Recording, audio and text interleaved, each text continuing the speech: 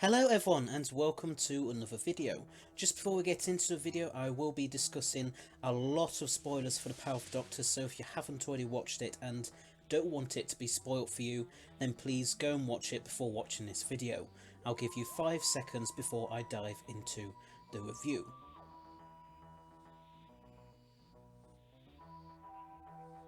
So last night, The Power of the Doctor finally aired, and oh my god. Well, that episode really surprised me, but in a good way. It surprised me in just how much I enjoyed it. I honestly went in being very cautious and unsure if Chris Chibnall could actually pull it off, but he actually did, for the most part. There's so many different little Easter eggs and nods to the past, including classic Doctors and companions, of course. We saw David Bradley, Peter Davison, Colin Baker, Sylvester McCoy, and Paul McGann all come back as the first, 5th, 6th, 7th and 8th Doctors respectively. And then for companions, we didn't just get the return of Sophie Aldred as Ace and Janet Fielding as Tegan. William Russell, Katie Manning and Bonnie Lamford also reprised their roles as Ian Chesterton, Jo Jones and Melanie Bush respectively. And there was also Bradley Walsh returning as Graham, although we'd already known that he was coming back based off leaked filming pictures from last year. But what really filled my heart with so much joy, as well as nearly bringing me to tears to be perfectly honest with you, was seeing Tegan and Ace reunited with each of their Doctors, them being the 5th and 7th Doctors. The chat between Five and Tegan about the Cybermen reminding Tegan of Adric's death, as well as Five then saying brave heart, I mean that was just so lovely. And then Seven and Ace's chat was so lovely as well. It was so nice that they came to understanding with each other after it was mentioned that Ace had left the Doctor on bad terms, which I believe is partly a reference to the book that Sophie Aldred herself wrote a few years ago called At Childhood's End. The cast were all on top form in this episode, but especially Sacha Dhawan as the Master. I loved how horrible he spoke to Ace and Tegan and how he was trying to sow doubt in Yaz's mind about the Doctor. You could tell that Dhawan was having an absolute blast in this. And yes, I even loved the whole Rasputin song and dance routine. Him basically using a forced regeneration to become the Doctor was a very different plan for Chris Chibnall to give him, but I did like how he wore different elements of past Doctors' outfits. But there were some minor little nitpicks I have with this episode. The first one would have to be Dan's exit. Although I got his reason for leaving, it was rather disappointing to have John Bishop leave so early on in the episode, especially since he's only been in a few episodes altogether. And as much as it was nice to see Jacob Anderson back as Vinder, it was a bit weird how he was just on his own with no Belle or Carvanista appearing alongside him, especially Belle. And I'm annoyed that Jo Martin's Fugitive Doctor wasn't more of an actual part of the episode, with her only appearing as a hologram for a few minutes, and neither did we actually get any indication of where her Doctor comes in the Doctor's overall timeline. Although she does mention what the Master was like as a child, which has given me an idea of where she could potentially be in the timeline. I might do a separate video about that some point soon.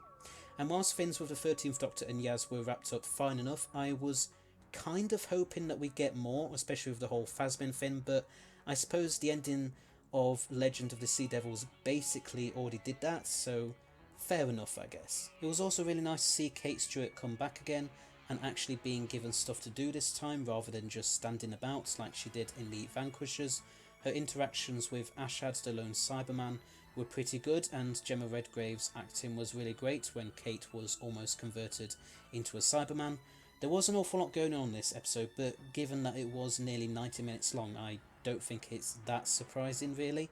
I do wish we'd gotten just a bit more stuff of the Master as Rasputin in 1916 Russia, but I understand that there wasn't really enough time for that. Jodie Whittaker's final words as the 13th Doctor were actually really good, very understated, and not at all like the usual grandiose speeches that we've often gotten from the past few Doctors, which I really liked, and appreciated the fact that Chibnall decided to give her that kind of exit.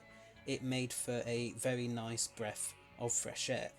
And then, just like I thought, another familiar face appeared right at the very end. And it was, of course, David Tennant. Hey, my favourite's back.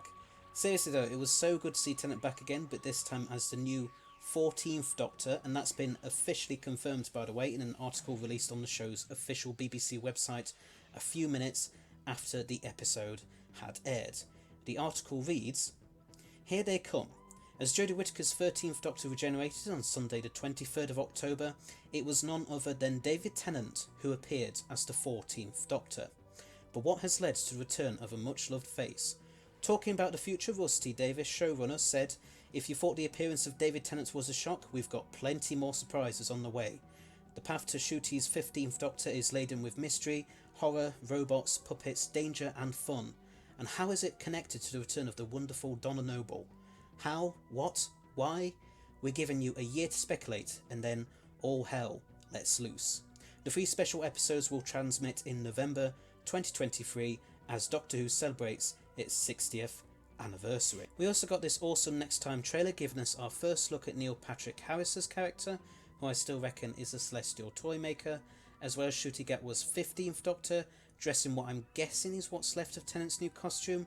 We also see Catherine Tate's Donna back, as well as shots of Tennant himself and the TARDIS landing somewhere. I really love this trailer and I can't wait to see the Doctor and Donna back in action, as well as hopefully see Ncuti Gatwa's Doctor as well. And as that article officially confirmed, we are indeed getting 3 specials for the 60th anniversary next year, with them all airing next November.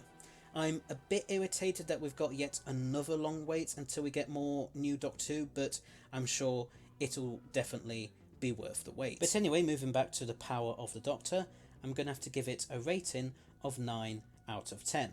I really enjoyed it far more than I initially thought I was going to, and it did actually end Jodie Whittaker's and Chris Chibnall's era of the show on a high, which I'm really glad about. But there's my review of The Power of the Doctor, the 13th Doctor's final episode. But what did you think of it? Did you enjoy it or not? What did you think about all the old faces coming back? Do you think it did the 13th Doctor's exit justice? Please let me know in the comment section below. Anyway, so thanks for watching, hope you liked it.